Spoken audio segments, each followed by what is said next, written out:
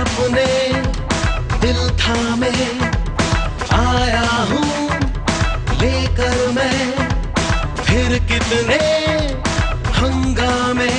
मुझसे टकरा पाया है कौन, मुझको पहचान लो मैं हूँ don.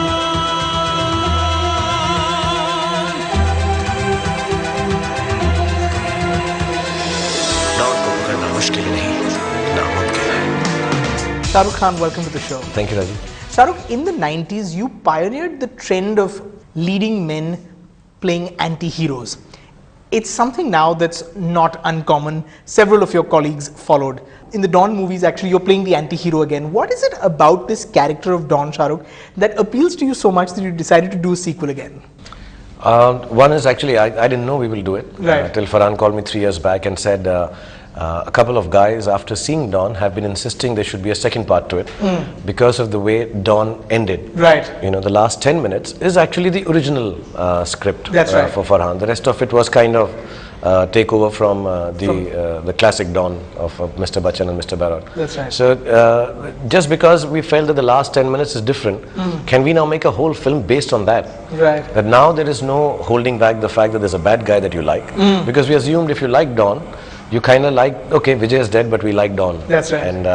And also I think maybe in terms of filmmakers, writers, even the watchers, there is a little bit of an evolution in terms of that, yeah, okay, you know, we are not going to be sitting in judgment, moral judgment, high ground, that is a bad guy, glorifying, blah, blah, blah. Can we like a bad guy without any justification? Right. So say Dar, Bazigar, Anjam, somewhere had some either psychopathic justification or romantic or some quirk. There was a backstory. There's a that justified it, backstory. yeah. So you were seeing Gabbar Singh's point of view. Correct. But here it is that this guy is just a bad guy, and you know, somebody's got to do the bad job. And you know, you've got to kind of say, okay, this is a story of a bad guy who has no justification for his actions, and can we just like him for his coolness, sexiness, meanness?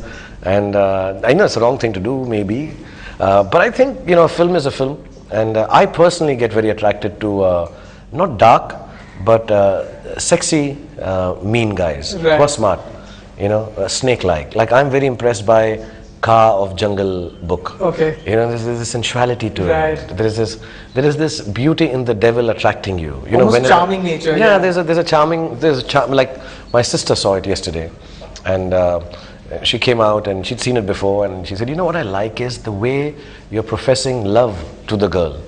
And it's not professed like I would in a normal romantic film. Right. You know? So you're always on the edge. Does he mean this? Doesn't he mean it? Is he fooling her? Is he actually loving her? You don't know. Right. So you don't know the mind of this person, and I like that very attractive about Don. As a matter of fact, when I'm doing it, there are times when like I'll just add a word or a line or a moment. Like there's a scene where Roma's character looks at me, and he looks at her and he says, she's got a gun, and he says, why are you loading this gun? What are you going to do, shoot me? And you know, and he's telling her things like, बहुत अच्छा हुआ जिंदगी हमें फिर से कैसे दोबारा साथ में ले आई. Maybe, you know, we are made for each other. Right. So she's got big issues with him, man. You know, he's killed her brother and sister-in-law. Almost like a Silence of the Lambs kind of template. Yeah, there is this attraction to meanness. You know, actually that's a kind of a right comparison. And he tells her that, you know, and she takes a gun and she's very angry that he's talking, and she can't help it that he's there next to her because he's helping her out. And he says, what are you going to do, shoot me? And she says, don't tempt me. He said, listen, I'm actually making an effort here to be a good guy, to love you, like you, apologize to you. So she says, कुत्ते की जो दुम होती है वो कितना भी सीधी भी हो जाए तो कुत्ता कुत्ता ही रहता है. And I like Don that he kind of just looks at her and he goes, woof. मैंने सोचा जाते जाते कुछ अच्छा काम करता जाऊं, मगर तुम लोगों ने मुझे बदलने का मौका नहीं दिया. Very sad. कुत्ता अगर अपनी दुम सीधी भी कर ले, वो कुत्ता ही रहेगा. रोमा, रोमा, मेरी जंगली बिल्ली, कब तक मेरा पीछा करती रहोगी? Good evening mister Malik. Put your hands up. अगर आपको सारी इंफॉर्मेशन सबूत समेत चाहिए, मेरे खिलाफ लगे सारे चार्जेस वापस ले लीजिए. तुम्हारी तलाश तो दुनिया के हर पुलिस डिपार्टमेंट को है. किस किस से बात करूंगा? आज ये सुनकर मेरी माँ कितनी खुश होती. अपने हाथों से ही तुम्हें गोली मार देती. मिस्टर मलिक, आप मेरी माँ को नहीं जानते थे.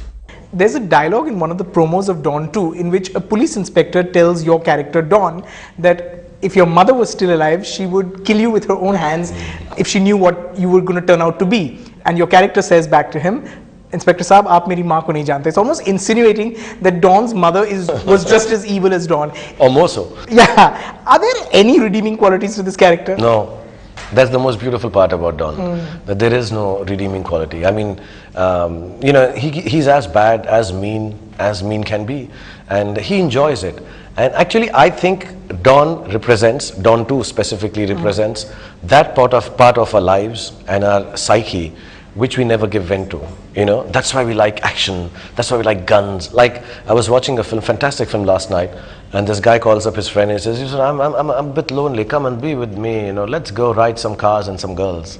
And it's an attitude of this macho male, right? The bad guy. And even like, you know, it's very irritating sometimes. You say, I'm a good guy. And you know, when I hear girls say, oh, I really like bad guys. And I'm like, listen, I'm a good guy. I think girls have this affinity, and every one of us, not only girls, that, you know, we can't give vent to it, so we do it. And that line actually is the first line Farhan called me 3 years ago. He was at the hotel, locked himself writing, and he said, I've cracked the film. Right. So he said, can I just say a dialogue to you? So I said, yeah. He says, Omji's character turns around and says to me that agar tumhari, he says something, itni duniya ki police tumko dhoond rahi hai. That's right. Kis se main maafi maang ke tumhare ko immunity dilaunga. So he says, aaj ye meri maa sunkar kitni khush hoti. And he starts actually laughing, you know. He laughs, and Omji says, wo apne haathon se tumhara gala ghoot deti. And I like there's a strange emotion that he didn't know my mother. Right. You know, so it could be his mother made him like this. That's right. Maybe he has a justification, maybe he doesn't. Maybe his mom was a bigger Don. I mean, I asked Farhan the other day that, you know, what's my name actually? Right. You can't be called Don. You know, and I remember I wanted to put this line in the film where a girl asks him, what's your name? He says, Don. And she says, is that it? He says, how many more do you need? You know, it's enough just to be Don. And he is Don.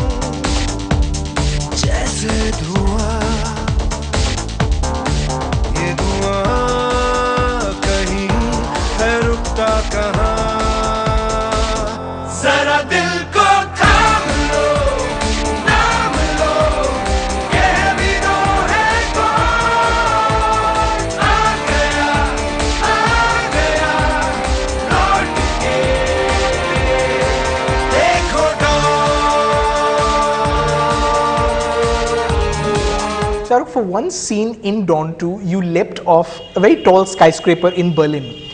What goes on in your mind and how do you prepare for something like that? I don't know, I wrote a book, Rajiv, which I have not printed yet, and I keep talking about it. And my book begins with that, actually. It was right here in the studio, in Mehboob Studios outside, where I was doing a 40-feet jump for Phir Bhi Dil Hai Hindustani. And you know, as things go wrong, they went wrong, the fan wasn't working, and I got this time to suddenly sit there, 40 feet, it was scary. Normally how you do it is just go, look, and the way you scream out should look like the character is just opening his mouth, right. And you just jump. Right. It's a leap of faith, it genuinely is. And I sat down for about 35 minutes because I couldn't come down. It was very high, it was about 45-50 feet, and I have to jump without a wire and all. And I just thought to myself, why do I do this? Why am I doing this? I'm not an action hero. Somebody else does it. Most probably you won't even see my face. It's happened many times. I've done shots where you don't even know I've done it. I've done a bungee jump and etc. Why am I doing this? And this green cloth is fluttering.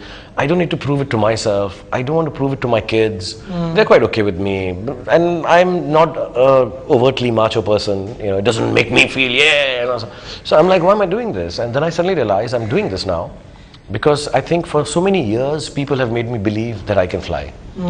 So I know even if the wire breaks, even if things go wrong, I'll just fly. And I truly believe that because everyone has made me believe that. So if their belief is wrong, then God save me.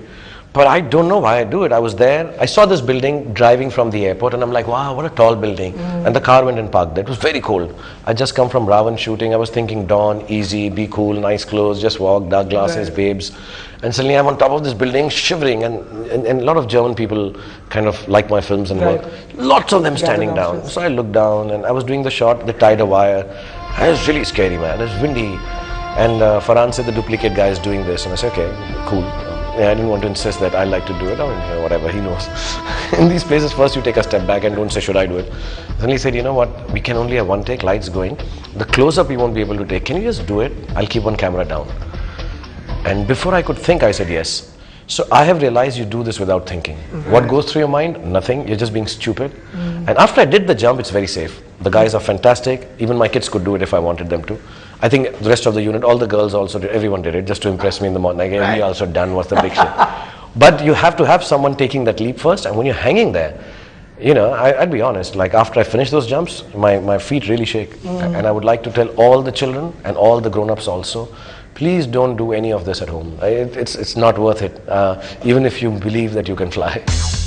This is what a simple lower class, middle class boy gets up in the morning, has dreams in his eyes when he comes to Mumbai and says, you know what, I'm going to rule this. I'm going to rule it over the people who have existed here. It was all goodness, all niceness. I don't have a father, I don't have a grandfather, I don't have a mother who can give me that extra push here in Mumbai. But I'm going to be a star who's self-made.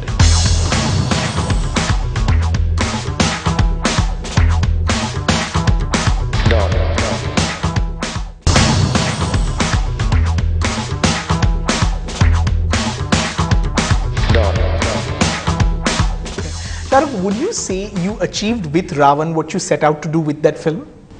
I think so. You know, there were 2 or 3 reasons. One, to include a genre into our repertoire of films that are made. So I think one has been able to do that in the biggest way possible, and perhaps also technically the most advanced way possible. I wanted to play a superhero in tights, so I've done that. Needed to create some VFX systems in this country, which I believe is my own thing. I want to do that. Okay. Where it goes, what happens to it. I'm really thrilled that internationally that's been recognized and people call our stuff now and say, you know, we'd like to work with you, which inshallah will happen. On the other hand, what I set out to make in terms of wanting to please everyone, the families and the kids, the women and all, maybe that didn't go down as well as I thought. But having said all that, I think I was a little disappointed. Actually, disappointment is never little. I was disappointed with the way I think a certain section of critics came down heavy on the film. I was a little taken aback that, listen, which became a little personal. You know, oh, he's wanting to, his midlife crisis. Oh, he's wanting to do this because he wants to prove. It was not about me. I'm a filmmaker in a certain sense, and I want to make films. Can you just take on the film, take out my personality out? Oh, he promoted it so much. Oh, I'm sorry. I mean, you know, everyone does. And God, he's just a marketing guy. I mean, you know, I found that all very, and then to find a lot of people are going to follow suit and try to market a film like that. And it's okay, and I think it should, because I'm one of the leading people in the film industry. I should show the way. Right. But it just was a little disappointing that, you know, instead of the film, me making that film became more important. The art got subsided and the artist became more important, you know, and that's not right. So there was a bit of a disappointment, but disappointments always goad me on.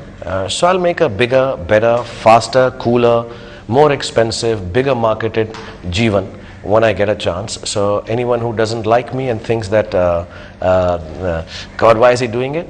Eat your heart out. Right. Okay. Shahrukh, when someone like Ranbir Kapoor says his competition isn't with just actors his generation, but he's also competing with Amitabh Bachchan and Shah Rukh Khan, is that a competitive spirit you can relate to? Is your competition also younger actors like Ranbir, Imran? No, I don't have any competition. I'd be very honest. And I don't say that with immodesty or self-centered pompousness. I don't have any competition. I've not come here to compete. I've come here to rule. And I believe that when I wake up in the morning. I don't want it to be a universal truth that I feel I'm the king, I'm the best. I'm not saying it with arrogance. This is what a simple lower class, middle class boy gets up in the morning, has dreams in his eyes when he comes to Mumbai and says, you know what, I'm going to rule this. I'm going to rule it over the people who have existed here. With all goodness, all niceness. I don't have a father, I don't have a grandfather, I don't have a mother who can give me that extra push here in Mumbai. But I'm going to be a star who's self-made.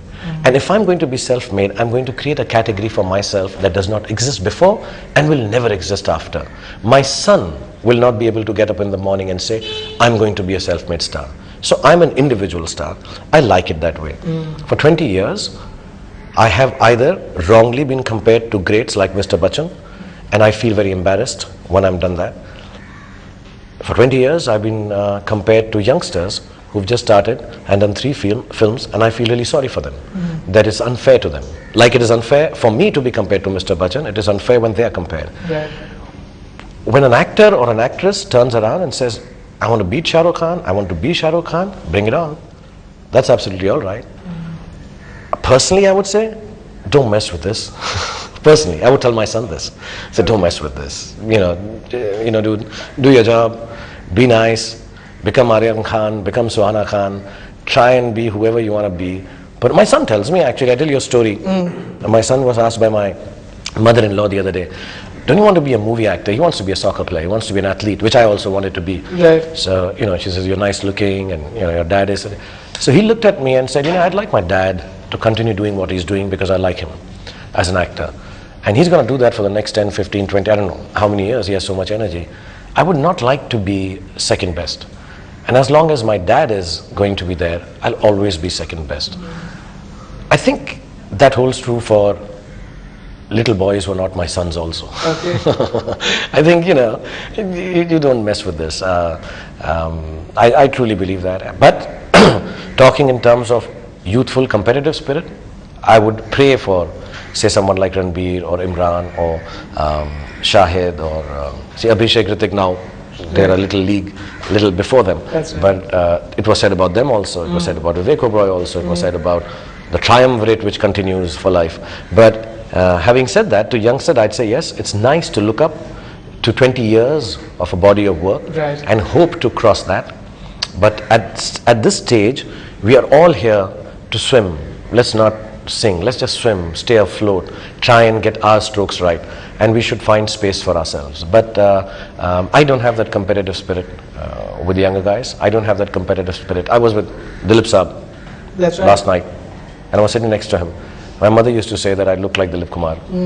And I looked at his face, fair, shiny face, beautiful eyes, lovely lips, and he was moving to the beat of the song somebody was playing. And I looked at him that only a mother's love could think I'm as good looking as Dilip Saab. I think he's God. I think he's fantastic. I was with Rajni sir. You look at him, his humility is like, oh God, I wish I can be like this. You meet Mr. Bachchan. I did that KBC with him, and it's like, oof, if I could be half as dedicated as this man is. So you take those points and want to imbibe them in you, good. But I don't have any other competitive spirit. When I see these people, like Dev Saab, Shami Saab, when I met them, it's like, just touching them, I'm like, God, can I just be like them in terms of that spirit I have? Right. But competitive spirit with the youngsters or the elders, no. I'm a horse with blinkers. Right. Okay. I run like this, and one day I remove the blinkers and look around and I see, am I running with other? Oh no, I'm not even running in that race. I'm actually on a different track only. So I work like that. So I don't believe in this kind of stuff. Yeah. Well, thank you so much for talking to us, Shah Rukh. Here's hoping you will continue to entertain us like you have all these years. Thank you so much for talking to us. Thank you. Thank you. Thank you.